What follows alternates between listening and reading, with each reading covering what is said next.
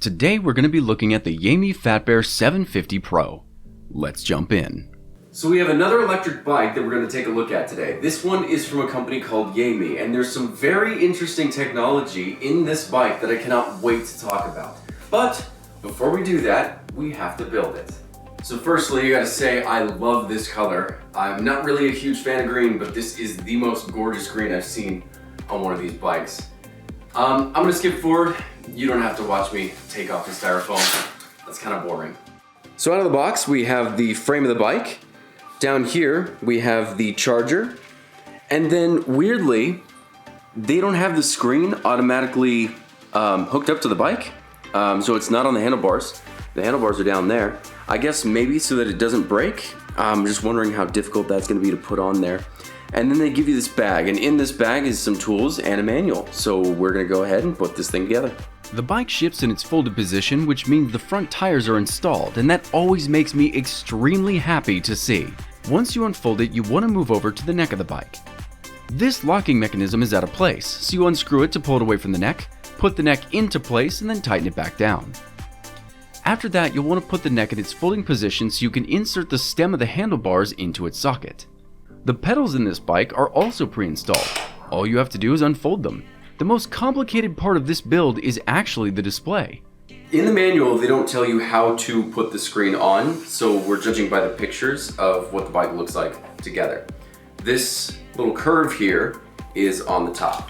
So this is gonna go in there like this, and then this guy is, I'm probably gonna put it right there, and then you've got a loose plug-in right here. We're just gonna plug it into the back. All you have to do is put the display on the bike. There are two plastic bushings that you can pop onto the handlebars, and then the screen's arms clasp around that. After that, you tighten the display with your Allen key and plug in the one and only loose cable that's on the bike. Once that's done, you then have the input box with all your controls. You can pop this anywhere you like on the handlebars and tighten it down. And just like that, this bike is complete. One more thing they give you in the bag that the manual also doesn't talk about is they give you a USB.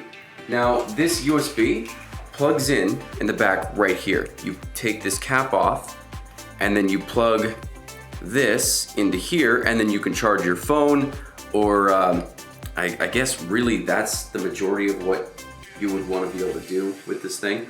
I might put it on. For now, I'm gonna leave it off. I'm not really interested in this, but cool to know that they do give you that option. So let's run through the specs of this bike because this thing is really impressive. Starting with the battery, we have a 48 volt, 15 amp hour battery, which isn't the largest I've seen on a bike like this, but we'll talk soon about why this moderate size isn't a downfall. You have a 750 watt brushless motor, which has been tuned to an impressive degree. This bike is very powerful. I'm gonna get that out of the way right now. This bike says the top speed is 25 miles an hour, but they're lying.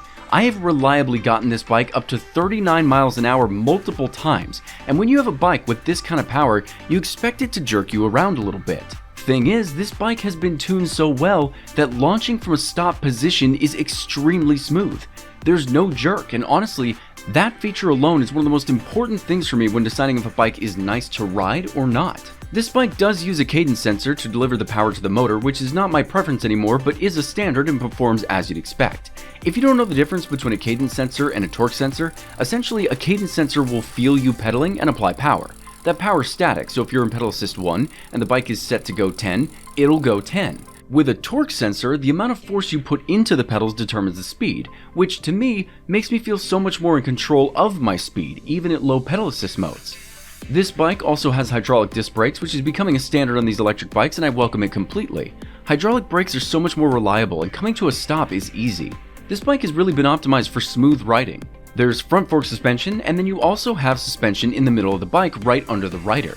This rear suspension doesn't have a ton of give, but it makes up for a lot when going over bumpy roads, especially given the 4-inch fat tires that help absorb bumps, as well as this seat. Normally I'm always complaining about the seats on these bikes. They're the first thing that I'd swap out, but this seat is surprisingly comfortable for me. You can also add suspension seat posts to this bike, being as the post radius is a standard 33.9. I really appreciate how much care went into making the rider as comfortable as possible with this bike. It has the same look as most other of these folding bikes out there, but they took everything about these bikes that makes them great and optimized them all. Since I mentioned it, I will talk about how this bike folds. There's a lock on the neck and a lock on the center of the bike. pop those out and the bike folds in half. And now you can store it in your car or keep it tidy in the garage. This bike is a bit heavier than others though, weighing in at 83 pounds, so if you're small, lifting it could be a challenge for you.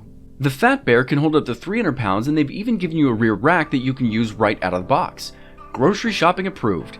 The neck also raises and lowers to accommodate people from 5'1" to 6'5", so practically anyone can ride this thing. On the back of the rack you have a tail light that does act like a brake light, which is always good to see on these bikes, plus the front light is pretty good as well. Most people replace these, but if you just want people to see you on the road, this will do the trick. Let's jump up to the handlebars. This is where things are going to get really interesting. First things first, you have these faux leather grips which are locked in so they don't twist on you as you're riding. If you like to add mirrors to your bike but you dislike cutting into the grips and ruining them like I do, they implemented end caps. You can just pop these out, and if you remove the mirrors, cap them back up. That was a smart choice. You then have an 8-speed, low-profile Shimano gear shift on the right of this bike, which I really like, and then on the other side of the bike, you have a thumb throttle.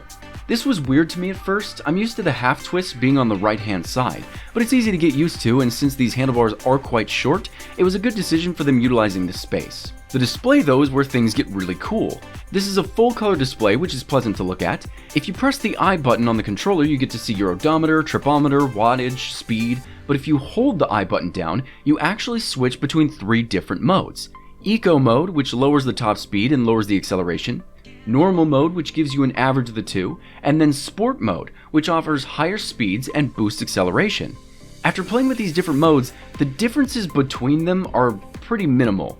I noticed a similar amount of power delivery and battery drain in every mode, but I also have my settings maxed out to push this bike to the extreme, and that gets us into the advanced settings menu. If you press the plus and minus button down at the same time, you enter this menu. It's very easy to understand and offers a ton of tweakability. You can change the tire size, the brightness of the display, the voltage. You can decide when the bike automatically shuts off due to inactivity. You can set a password on this bike, so if you lock it, you're the only one who can turn it back on.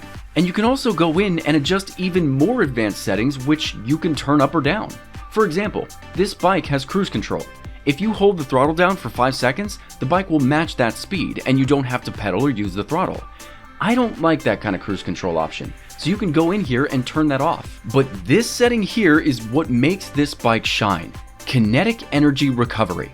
If you're going 15 miles an hour downhill, adjust your pedal assist to 0 and the bike will start transferring the unused kinetic energy back into the battery. Not only that, but you have a wattage meter on your HUD. When you press on the brakes, you'll see this wattage go into the negative, which means when you press the brakes, this bike will take that unused energy and put it back in the battery every time you brake. Now of course, this isn't going to recharge the battery, but this will allow the bike to last much longer than most other bikes on a single charge, and this is a big deal. This bike is rated for 80 miles on one charge. Now I've never gotten that out of it, but that's also because when I first got the bike, I went into the settings menu and unlocked it to reach its max power. Due to this, my battery goes from 70% to 20% in about an hour of riding. And I'll definitely be going back into the settings menu and switching that to factory to get more life out of it. But I just wanted to see what this was capable of, and 39 miles an hour is goddamn impressive. Now I always do a pros and cons, but this bike is so well rounded it was hard to find things that I disliked about it.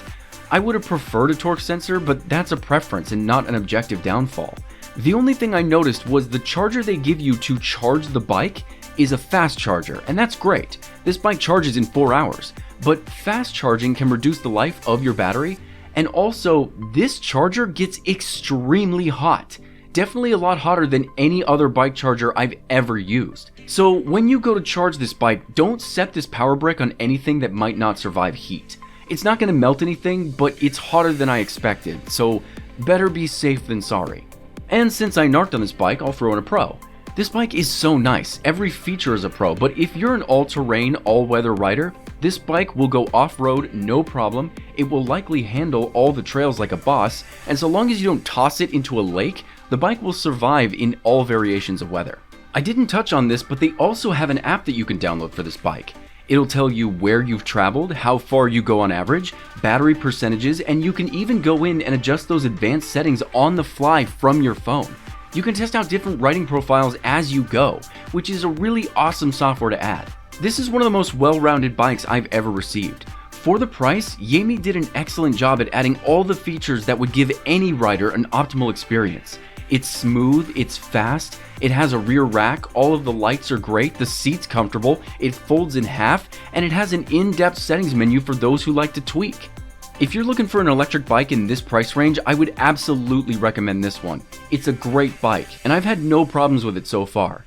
I hope this video was helpful for you. Safe riding, my friends.